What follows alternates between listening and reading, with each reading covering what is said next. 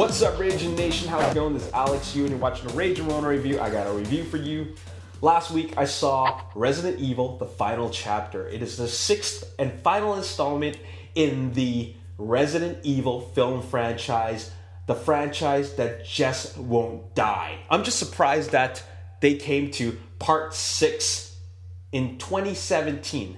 The very first film came out in 2002, also directed by Paul W. S. Anderson, and I'm just surprised that after so many films in this franchise, it has finally come to an end. I kept on thinking that, are they going to keep on going with this film franchise forever and ever and ever? Because all these films are all the same.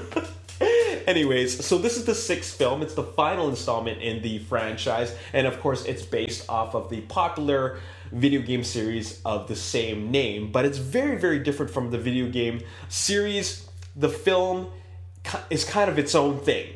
But one thing that differentiates the film from the video game series is, of course, the main character. That's Alice, played by Milla Jovovich. She is back, along with a couple of other familiar faces, like Ali Larter, who plays... who does she play? She plays one of the video game characters. She plays Claire Redfield. And then Ian Glenn plays Dr. Alexander Isaacs. And Sean Roberts plays Albert Wesker. So these are familiar faces. If you're a fan of the film franchise, you'll be happy to know that these characters are back. Now, like I said before, these films are all the same. It doesn't matter who's directing them. Paul W. S. Anderson directed 4 out of 6 of them. But essentially, they're all the same in terms of it's just a lot of fighting of humans versus monsters, and they're out there to find a big bad guy. And every time they find a big bad guy, you learn more things about the story, and they never really come to a conclusion. Well, finally, they come to a conclusion. This film is, after all, called The Final Chapter. And that is surprisingly what makes this film great. I was actually thinking that, okay, this is going to be more or less the same type of crap that we've seen in the last 4 sequels. The first one was actually okay, because it felt more like kind of like a mysterious horror film.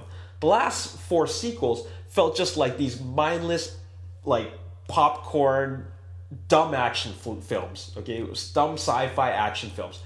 What's interesting about this, or what's good about this, is this one kind of brings it back to the roots of horror. There's a lot of jump scares in this film. A lot of people think they're cheap, but that's what made the first one fun. They brought back a lot of jump scares. There's more horror elements in this film. In fact, there are a lot of jump scares. And the other thing that I liked about this film, compared to all the other ones, is that there was actually a strong story element in it. Because one thing that I thought was really annoying about the sequels is that it just ended with a cliffhanger. We had no explanation of what the hell is going on. We never actually get any explanation as to why the bad guys are doing this and why the good guys are trying to get to the bad guys or anything like that. We have no clue. They're just fighting all the time. We finally have an answer as to what the hell is going on and why everything is happening and why they're doing what they do. We finally got an explanation, and that is actually what makes this film so much better than all the previous 4 sequels. This one actually wraps things up, and this one actually really tells you everything that you need to know. And that's what I liked about this film. Like, when I started knowing more about the story, I was like, okay, this is different. This is something that I think I might like.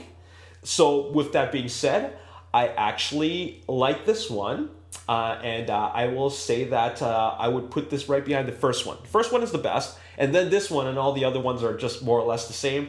I like this one probably like second best out of all of them, because the first one's the best, which is not saying much, but it's Paul W. S. Anderson.